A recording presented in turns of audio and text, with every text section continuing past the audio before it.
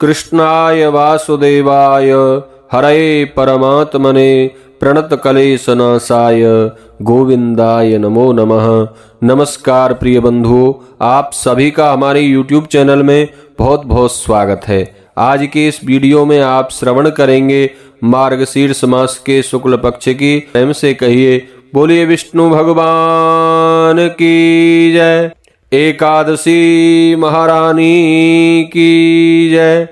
युधिष्ठिर ने त्रैलोकपति जगत पिता सबके सुखदाता भगवान श्री कृष्ण को प्रणाम करके निवेदन किया, प्रभो आप सबका हित चाहते हैं, कृपा करके मेरी भी जिज्ञासा को शांत कीजिए। मैं जानना चाहता हूँ कि मार्गशीर्ष माह के शुक्ल पक्ष की एकादशी को किस नाम से जानते हैं और उस दिन कौन से देवता का पूजन किया जाता है, उनके पूजन की विधि क्या है, विस्तार के साथ बताकर मेरे संशय को दूर कीजिए। उत्तर में भगवान श्री कृष्ण बोले, राजन तुम्हारा यह प्रश्न अत्यंत उत्तम है, इससे संसार में तुम्हारी बड़ाई होगी। अब अपने प्रश्न का उत्तर ध्यान देकर सुनो। मार्गशीर्ष मास के शुक्ल पक्ष की एकादशी का नाम मोक्षदा एकादशी है। यह अनेकों पापों का नाश करके मोक्ष देने वाली है। इस दिन भगवान दामोदर का पूजन किया जाता है। यह पूजन श्रद्धा और भक्ति के साथ धूप दीप नैवेद्य आदि से करना चाहिए। अब मैं तुम्हें एक पौराणिक दृष्टांत सुनाता हूँ, जिससे तुम्हारी समझ में आएगा कि किस प्रकार पुत्रदा एकादशी के पुण्य प्रभाव से व्रतकर्ता के पिता नरक में जो कष्ट भोग रहे थे उनको स्वर्ग प्राप्त हो गया। भगवान कहते हैं, एक प्राचीन नगर है, उस नगर का नाम था गोकुल। वहाँ एक राजा राज्य करता था। राजा का नाम बैखानस था। उसके राज्य में रहने वाले ब्राह्मण वेदों के धुरंधर विद्वान थे। एक दिन राजा ने स्वप्न देखा, उसके पिता नरक का कष्ट भोग रहे हैं।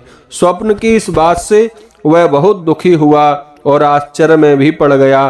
प्रातःकाल हुआ तो उसने ब्राह्मणों को अपने देखे स्वप्न की बात सुनाई। उसने कहा, ब्राह्मणों, रात में मैंने स्वप्न में अपने पिता को नरक में पड़ा देखा है। वह मुझसे कह रहे थे, पुत्र यहाँ से मुझे छुटकारा दिलाओ।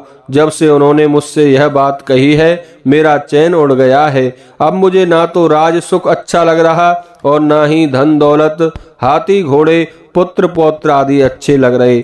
मैं समझ नहीं पा रहा मैं अब क्या करूं, कहाँ जाऊं। इस दुख की आग में मेरा शरीर जल रहा है। कृपा करके कोई ऐसा उपाय बताइए जिससे मेरे पिता को नरक के कष्ट से छुटकारा मिल जाए। राजा की करुणा भरी कथा सुनकर ब्राह्मण बोले, राजन यहाँ से थोड़ी दूर पर एक मुनि रहते हैं। उनका नाम है पर्वत मुनि। वह तीनों कालों के ज्ञाता हैं और भूत भविष्य के बताने वाले हैं। आप जाकर उनसे मिलें, वह आपको इसका कोई ना कोई उपाय अवश्य ही बता देंगे। ब्राह्मणों के निर्देश के अनुसार बंधुओं राजा पर्वत मुनि के आश्रम पर गए। वहाँ अनेकों योगियों और मुनि शांत चित्त से तपस्या कर रहे थे। चारों वेदों के ज्ञाता पर्वत मुनि इस प्रकार उन मुनियों के बीच में शोभा पा रहे थे जैसे दूसरे ब्रह्मा बैठे हों। राजा ने उन्हें दंडवत प्रणाम किया। मुनि ने उनसे कुशल मंगल का प्रश्न किया तो राजा ने बड़ी करुण और विनम्र भाषा में कहा, ऋषि आपके आशीर्वाद की कृपा से मेरी प्रजा भली भांति प्रसन्न है, पर एक विघ्न उपस्थित हो गया है। उससे मेरे मन की शांति विचलित हो रही है। मैं मन की शांति प्राप्त करने का उपाय जानने की इच्छा से आपकी सेवा में प्रस्तुत हुआ हूँ, कृपया कुछ कीजिए। पर्वत मुनि ने आंखें मूंदकर कुछ देर तक भूत और भविष्य पर विचार किया, फिर बोले, राजन अपने योग बल से मुझे तुम्हारे पिता के पूर्व जन्म के कर्मों के बारे में पता चल गया है। उन्होंने अपने पूर्व जन्म में अपनी पत्नियों में भेदभाव किया था।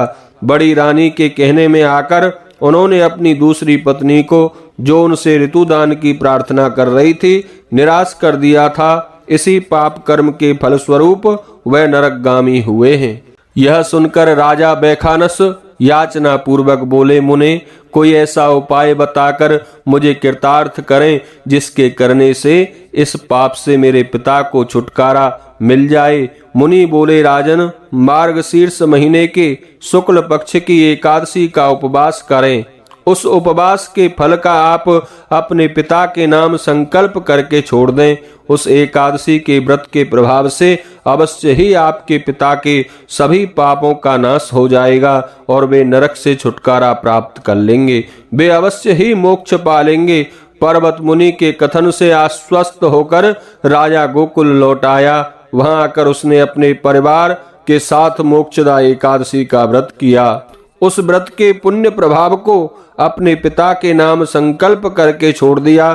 फिर पर्वत मुनि के कथन अनुसार ही राजा के पिता ने नरक के कष्टों से छुटकारा प्राप्त कर लिया। स्वर्ग में जाते हुए अपने पुत्र को कहा, पुत्र तुम्हारा कल्याण हो। इस मोक्षदा एकादशी का जो कोई भी व्रत करता है उसके सभी पापों का नाश हो जाता है और अंत में स्वर्ग में चला जाता है। मोक्ष प्राप्त करने के लिए इससे अच्छा कोई दूसरा व्रत नहीं है। जो कोई इस एकादशी व्रत की कथा को श्रद्धा भक्ति से श्रवण करते हैं उनको भी वाजपेयी यज्ञ का फल प्राप्त होता है।